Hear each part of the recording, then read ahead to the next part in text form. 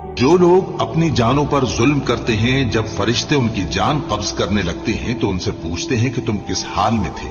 वो कहते हैं कि हम मुल्क में आजिज़ो नातवा थे।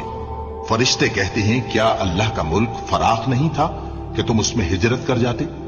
बस ऐसे लोगों का ठिकाना दोज़ख है और वो बुरी जगह है लौटने की।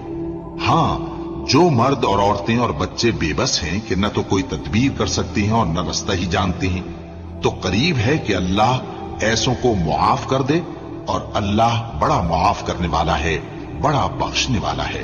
और जो शख्स अल्लाह की राह में घर बार छोड़ जाए, वो जमीन में बहुत सी रहने की जगह और कुशाइश पाएगा।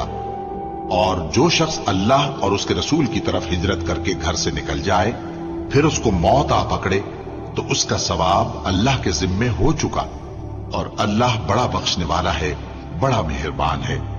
और जब तुम सफर को जाओ तो तुम पर कुछ गुनाह